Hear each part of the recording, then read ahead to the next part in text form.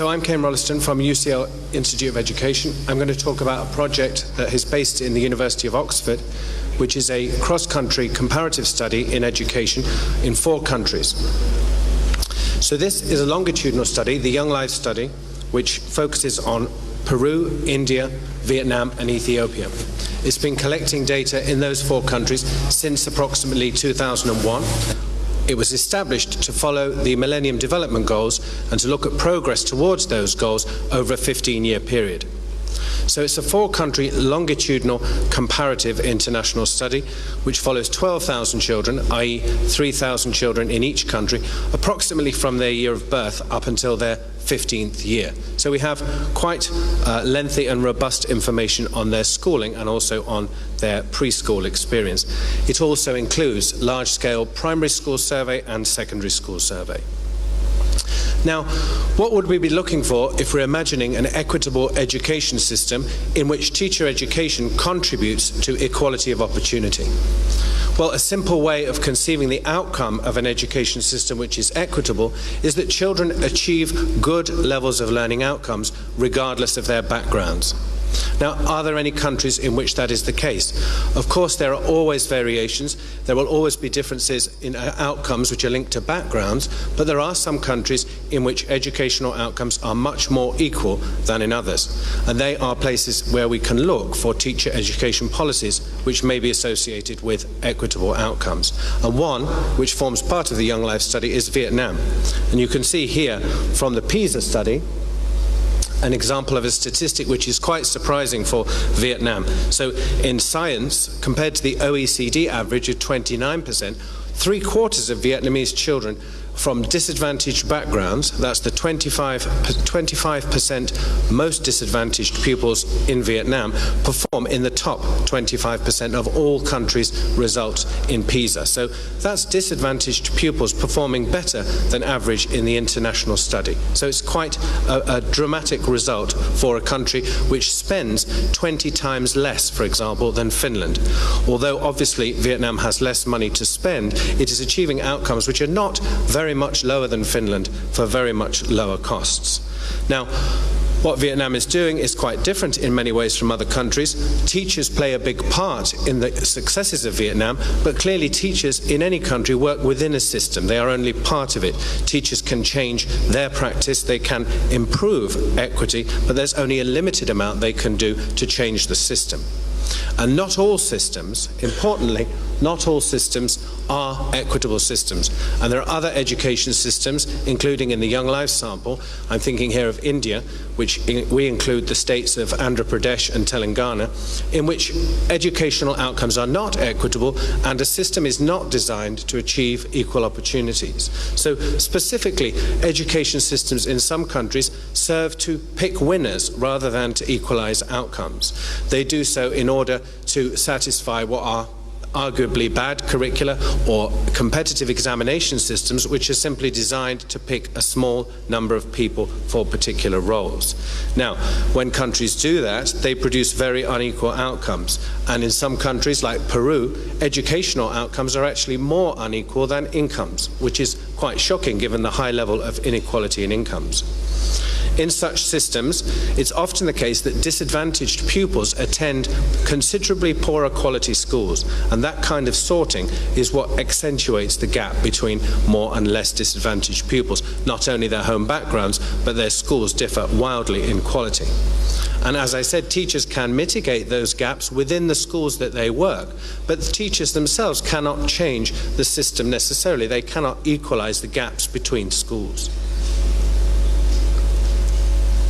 Now, if we want to take an example of a huge gap, India and Vietnam in the Young Lives study serves that purpose very well. You can see on the right-hand side here, each bar represents one of the sites in the Young Lives study, and that's 20 diverse sites in each country.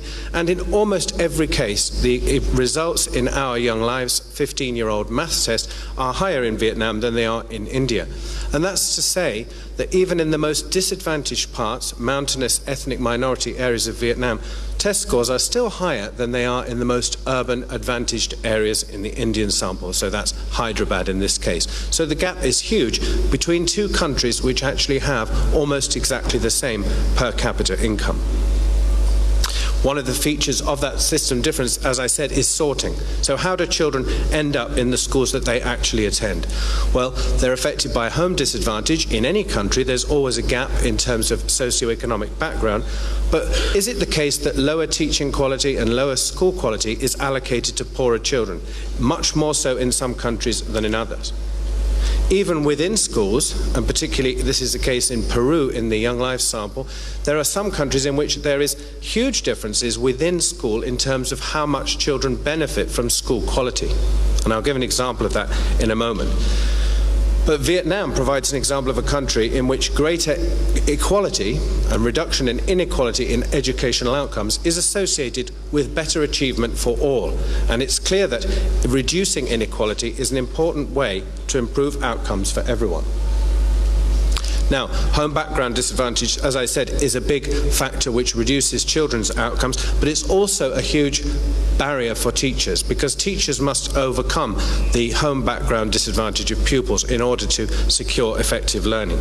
We can see on this graph, which comes from Ethiopia, that schools in which a high proportion of children had parents who had not been to school, and here we're including both parents rather than just one parent, so children where their mother and father had not been to school, were performing particularly poorly in our tests, but also where there was a high proportion of such children in a school, the barriers were very difficult to overcome for teachers, producing very low learning levels overall. So in one sense, the sorting is creating a problem for children, but in another case, it presents a problem for teachers.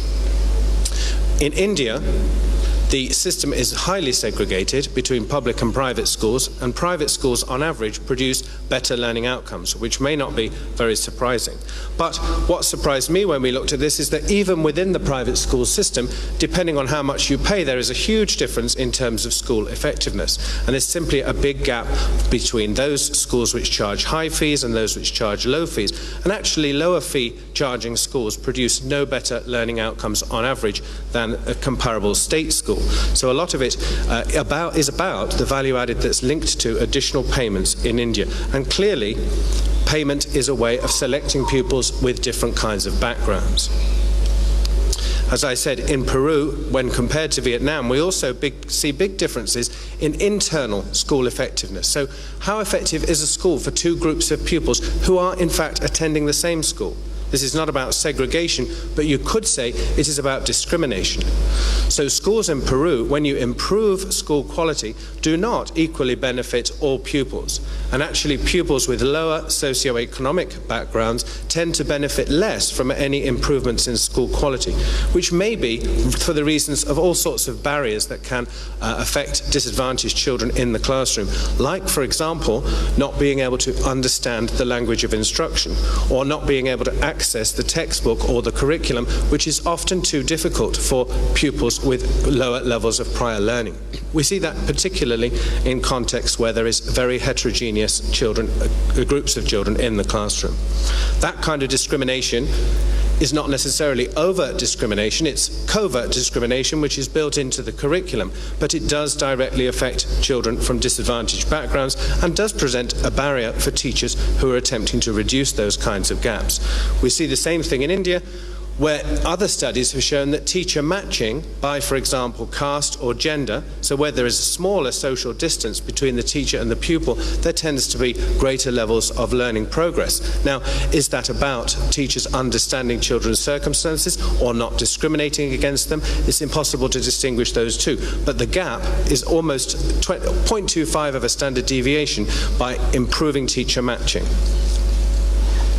So coming to Vietnam, which is the country in which we see the least level of inequalities in outcomes and potentially some policies which the rest of us can learn from, Vietnam is a country in which gaps don't necessarily don't necessarily widen over time, but narrow.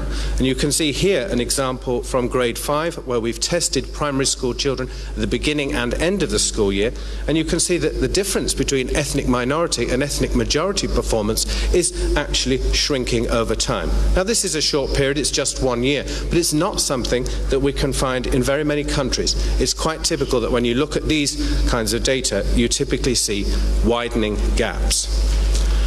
What is it that teachers or systems do differently in Vietnam? It's impossible to say exactly because not very many of the features of education systems automatically are comparable. But 4 things that I've noticed are that teachers in Vietnam have what they need. There is emphasis on fundamental or minimum school quality levels, and those minimum standards are applied especially in disadvantaged areas. Secondly, teachers know what to teach. There is a common centralized curriculum and a set of textbooks which is closely matched to pupils' learning levels. The textbooks are not too difficult, they are closely linked to actual performance levels, and they are focused on a narrow curriculum which contains only 6 basic subjects in primary school. Thirdly, teachers have the knowledge that is required to deliver that curriculum.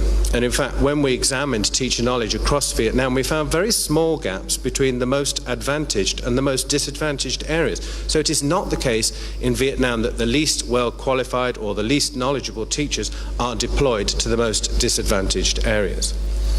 And fourthly, students in Vietnam are expected to progress, and this arguably is a feature of all East Asian systems. There's a high level of commitment to mastery by pupils, a use of regular assessment, and an emphasis on students' work rather than on their ability. Just to compare across the 2 countries, India and Vietnam, here are some benchmark figures about differences in resources in primary school. And again, this is a sample from Andhra Pradesh and Telangana versus a sample which is across Vietnam.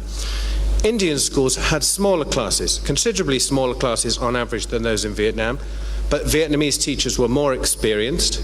Vietnamese teachers were paid less in US dollars terms. And there were no teachers at all in the sample which did not have, in Vietnam, the required level of teacher qualifications, whereas 16% in India did not have qualifications. Teacher absenteeism is perhaps the biggest gap when you compare India and Vietnam. In India, 35% of pupils said that their teacher often did not come to school, whereas in Vietnam we could only find an average of 2.34 days of absenteeism for teachers across the whole sample, which is extremely low. Children in Vietnam had access to textbooks and a higher level of teacher response to marking children's homework than in India. Okay, so coming to an example from India of classroom observation, we went to schools where we had already measured the value added. So we'd measured at the beginning of the school year, at the end of the school year, children's test scores. We looked at teacher effectiveness comparing across schools, and then we went back to the schools which we thought were of most interest in order to observe what was happening in the classroom. We found that in India, using a class observation tool which is based on a study which has been done originally in the USA, which contains 3 domains of teacher-student interactions, which are emotional support, classroom organization, and instructional support. We standardized those scores across the 11 domains, and then we look at both private and public schools to see what differences there are in pedagogical approaches. So overall in India, we found that scores on classroom organization and management were high, even compared to the USA, which may be to do with high levels of deference towards teachers and high levels of classroom discipline. Students with higher test scores, however, were found in classes taught by teachers who performed better on the class instrument. So we found what you could argue is better pedagogy in the classes where the children were more advantaged. Now, there's 2 possible directions of causation there. It could be that the teachers are allocated to those students, or it could be that the students themselves choose those schools with better pedagogy. But it's clear that more advantaged pupils have access to better pedagogical techniques. Private schools, on average, were more effective in terms of raising learning outcomes, but not necessarily in using what would be considered more diverse and more interactive pedagogical techniques. So this rather complicated chart here, you can see how teachers, each dot is a teacher, whether they were from private schools or from public schools, how they compare in relation to the value added to their pupils' learning along the horizontal axis, and then up the vertical axis, how their pedagogy was rated on the class instrument, so the standardized classroom observation tool. And you can see that most of the public school teachers are in fact in the left-hand bottom quartile, being lower than than average on both measures, but actually there are government teachers who are performing well, both in terms of value added and in terms of pedagogy, and there is a positive relationship between the two. But strangely, somewhat strangely, in private schools, although most of the teachers are better on value added, that is, improving children's examination scores, they're not necessarily better on pedagogy, and there is a negative relationship between the two. Now, what might explain a negative relationship between pedagogy and value added is quite complex, but perhaps private school teachers focus rather exclusively on improving exam scores at the expense of pedagogical techniques. Government teachers have more autonomy and more training, but they often teach more disadvantaged students, and consequently there is much more variation in their effectiveness and also in their pedagogy. Finally, to come to some kinds of conclusions on this, equity is axiomatic for all policies in education, but particularly for teacher policies. There are, however, many routes to the same destination. We've heard about Finland. Finland is a country with almost no standardized testing and with a massive amount of teacher autonomy. However, in Shanghai you have the opposite, a much lower level of teacher autonomy, much higher level of standardized testing, yet both of them reach exactly the same outcomes in the end on PISA. So perhaps it's about coherence and relevance, choosing the right policies for the right context in combination with the other policies which are needed. We can see there's potential benefits from a balance between autonomy and accountability, from improving teacher education on emotional and instructional support, and also from targeting the minimum standards of learning outcomes and minimum standards of teacher effectiveness. Especially, however, when you target those things in teacher education, then ensuring that those minimum standards of teacher education are deployed effectively so that the least effective teachers are not located in the areas with the most disadvantaged children. Very finally, the last thing to say is that if you are going to develop teacher policies in line with other policies, they have to be linked to issues of curriculum and issues of examination. You can't have teachers guided towards high-stakes examinations and inappropriate curricula whilst at the same time being instructed to deal with heterogeneity in the classroom. Those two things are quite contradictory. What Vietnam has is a mass approach to basic skills. Thank you very much. Thank you.